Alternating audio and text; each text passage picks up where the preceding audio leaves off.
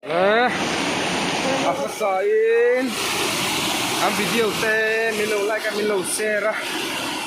subscribe lo tam tin om ti kan sia milo subscribe san turin khong na karon di la ni le ai oi ken le to na nga go ju tui tam khop me be sei a phatat lo ai ot among lam pang kha la rem chi lo pang ha kan la talowa ot ni ot kumbe tu kan chang ve a among la ha tu po lo sila lo tamang lo pani vel chu ta ve sa mani ni tam khop me ai ai ot la na sa khop me ni chu ala lo tu chin na sa khop me ha ni la ni tam ni tu ba pani ro su ka kan phe ami ga su rei ni tu ba ni tam ni tu mo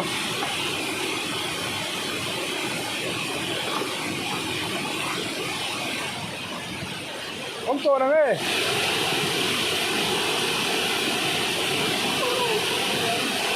ala thấy lo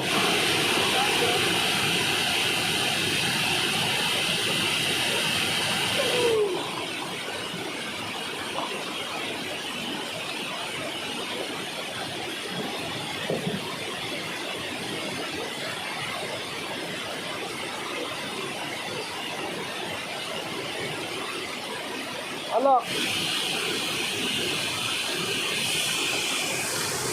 ai ốt paru ba chu là to ni zong lok don ni mà sẽ cái này lúng tiếng lắm po là wa ala chu ka ring chi lo de a chin tak zo ni ka ding mo a chin tak ni mo tu ko me na ama chu la hi ki om mang lo ni he là phong hi luông là một cái này là luông thì chúng ta là cái họ cũng lâu không bây giờ lên chu vâng mặc về khát chút là về để xì lâu tới in lấy tầm cốc mấy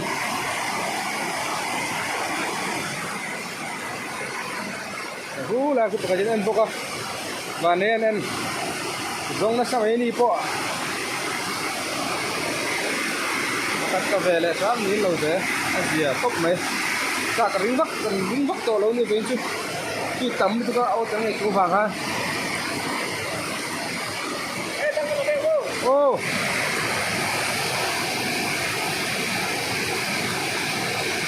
cho bún sộn đó này ăn liền nó có chút liền về đấy ăn gì cốc mấy thôi sao ăn gì ô ăn gì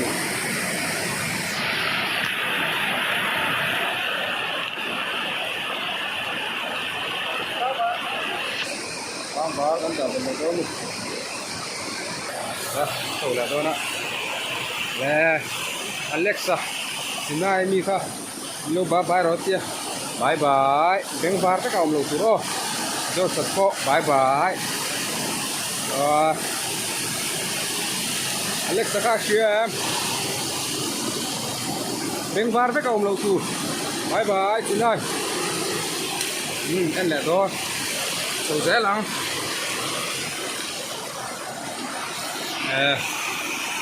ăn về lấy mới lại tuy nấu cảm sân thế hay cái này tuy thấy cái xiên cái đồ là tên đầu luông phê tổ lâu cái luồn thấy tiếp cái này này càng vết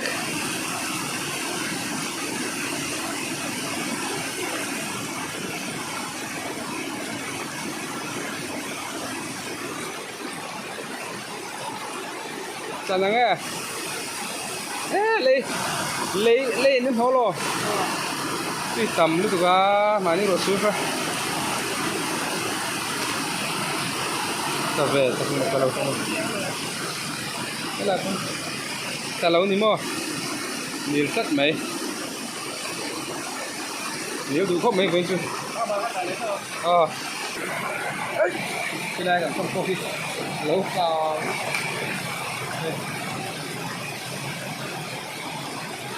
ini nel akal lo kita sih. Kilo tampak nih. ta hú chiếc ăn chè bên là gì bên ạ bà rục về là to đi rồi này lại màu tuổi tầm khóc mấy khi lại màu tập này lại nàn tầm khóc mấy khóc đó cho là âm mồ người sẽ gần lắm khi nó sẽ khóc nấu khóc này hai lần đầu tiên ai có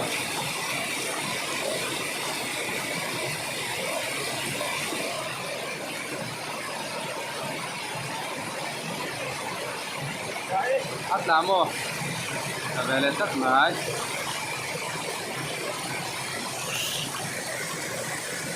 cái này hắn xuân chim lồ mồ thì nó cảm chân đi phục chim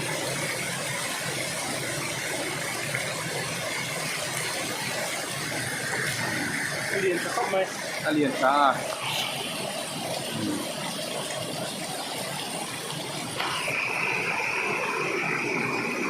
được rồi thật trên một là sẽ liền tôi không mấy cô sẽ đâu đây tao không mấy mấy lần lại để em về lên á em tập bằng về lên mà lấy lỗ nồi lại cũng là người mua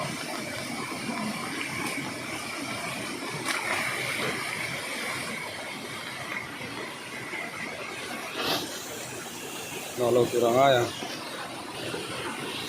hai phụ lấy vùng lấy nó nọ rất gặp với tiếng lẩu khóc này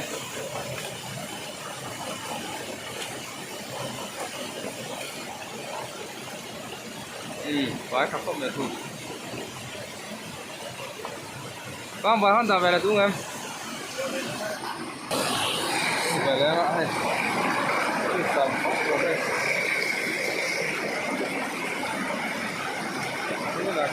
thứ đi này nó không bằng rừng khóc này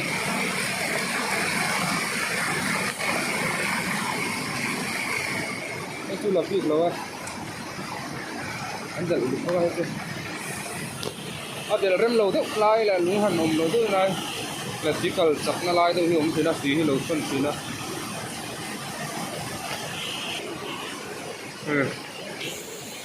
đồ rô cái kia khóc nữa xí nó làm khổ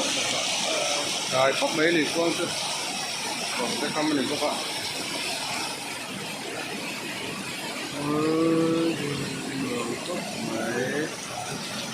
khóc mấy ayot ang dong ni ayot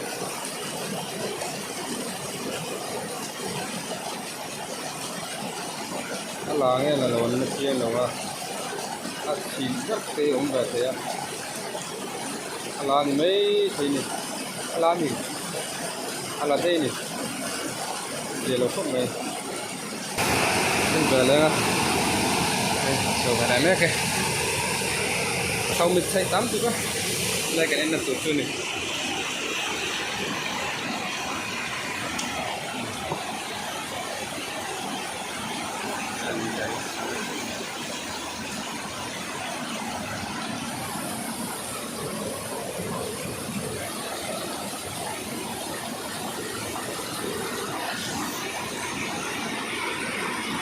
mình tắc ăn về léng mà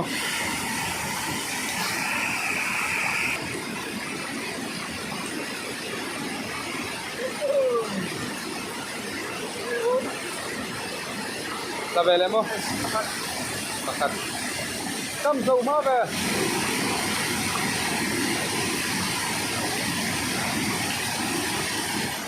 Makan tất cả về đi. Đi lại gần số là từ rồi. Em về lại thôi. Em về lại á.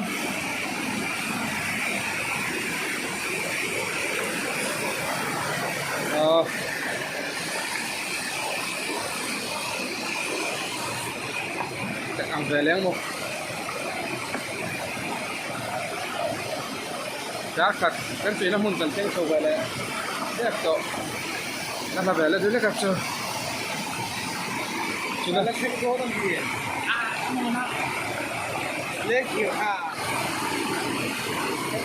nó chân luôn rồi à tí bắt đầu này nè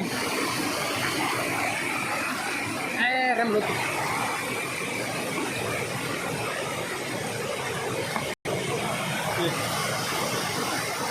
chúng ta sẽ đi tam khúc này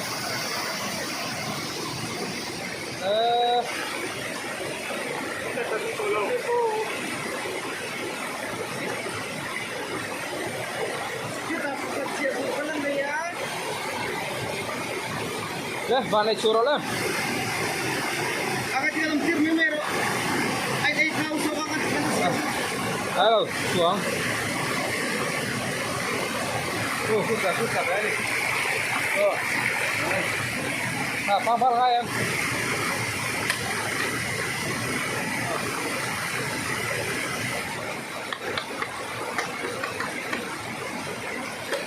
rồi lại cùng mà cần xuân tôi qua hay tí của nó tập đỡ phải nói nè cái cần đỡ phải cần xuân tự rồi thế chứ lâu chìm nữa gì là cần thả cái gì lâu là thì là cần gì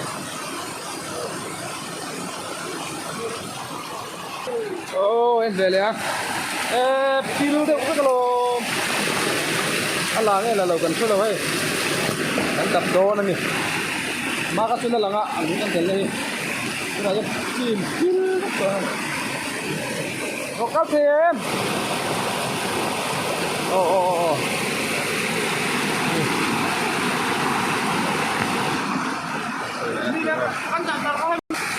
anh là đấy ông không về cần có nhiều là mưa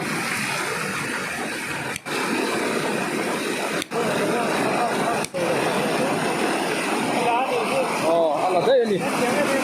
giờ là không về rồi là sẽ là thôi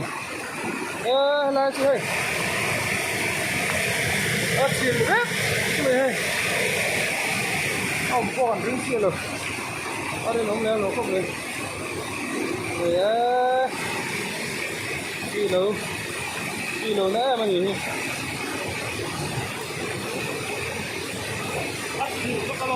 chìm đấy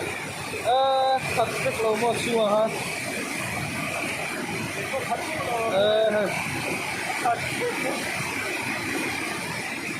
xuân thế ngay thì thân có khá tốt về lại mọc rác khu ăn liền đậu chắc là ho đâu ăn liền đậu trước ăn mọc leo rồi tìm chỗ này mình còn tự đó này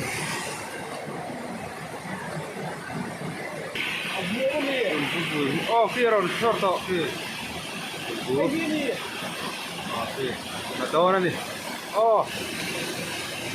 là lúc đó